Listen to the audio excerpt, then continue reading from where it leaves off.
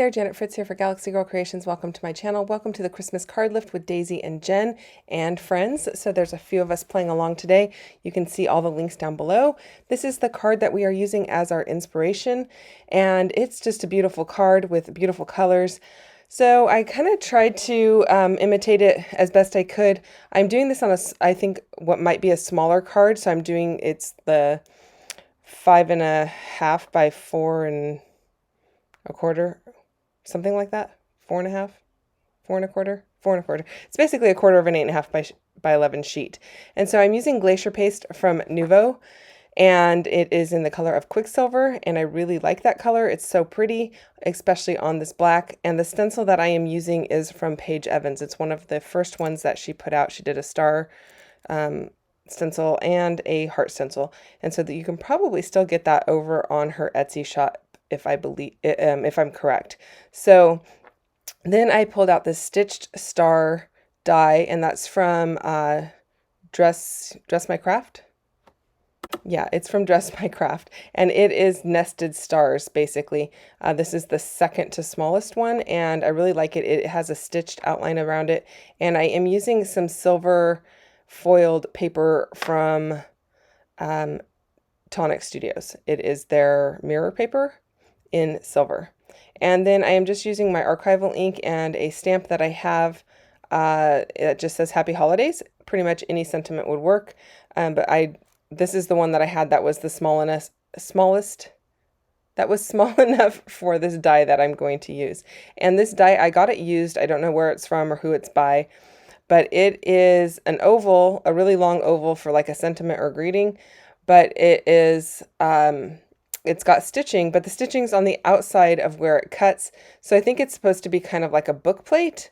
And I totally forgot that the actual cutting portion was on the inside of the stitching until I cut it out. And then I was like, oh yeah, I totally forgot that this was one of those weird dies where you want to actually keep the outside and not the inside. I mean, you could use the inside for sure without a problem, but I really was going for it because it has that stitching, which is very much like the die that I used for the star.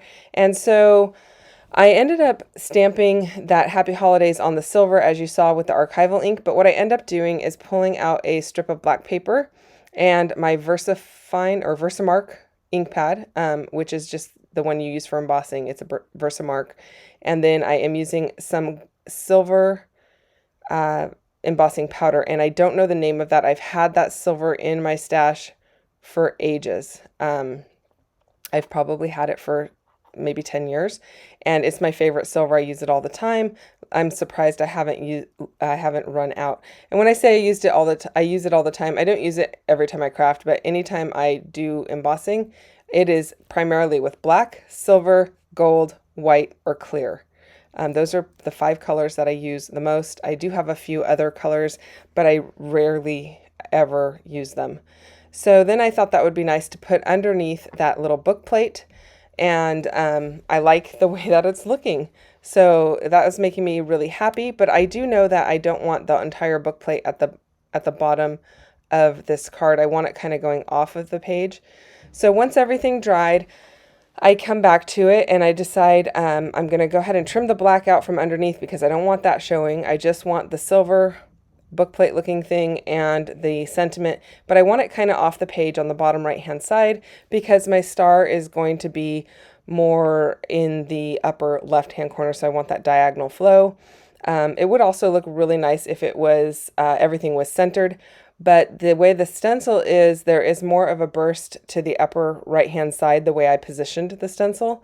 So I wanted to kind of keep it as close to the original as possible. So I am popping the star up onto some foam tape. It's just fun foam from Walmart. And it does not have adhesive on either side at this point because this is like a leftover piece of cutting out some black letters, so the adhesive side has black cardstock on it already. And then I am going to pop up the sentiment onto some foam as well, and I'll just glue everything down with my Nuvo Deluxe adhesive. And while I do that, I'll remind you the links for everybody who are playing along down below are down below. And this is happening every Friday in the month of November. We have a different card that we are inspired by. So this is the second one in the series. I can't wait to see what everyone else has done for this particular card, because it's actually a really simple card, but you can get great results with it. I did try it with a snowflake, and I did not put that on camera, or did not post that today, because what I found was my stencil for snowflakes, the snowflakes were too spread apart, and it just didn't read well. So if you're going to try and recreate this, it works best if you have a lot of really small things kind of near the center of where you're placing your larger item. So that is pretty much it. Thank you so much for watching. If you have questions or comments, you can feel free to leave those down below. I will get back to you as quickly as I can. I thank you for your time today, and thank you for choosing my channel to watch. Don't forget to check out everyone else playing along. I will see you guys again tomorrow. Bye-bye.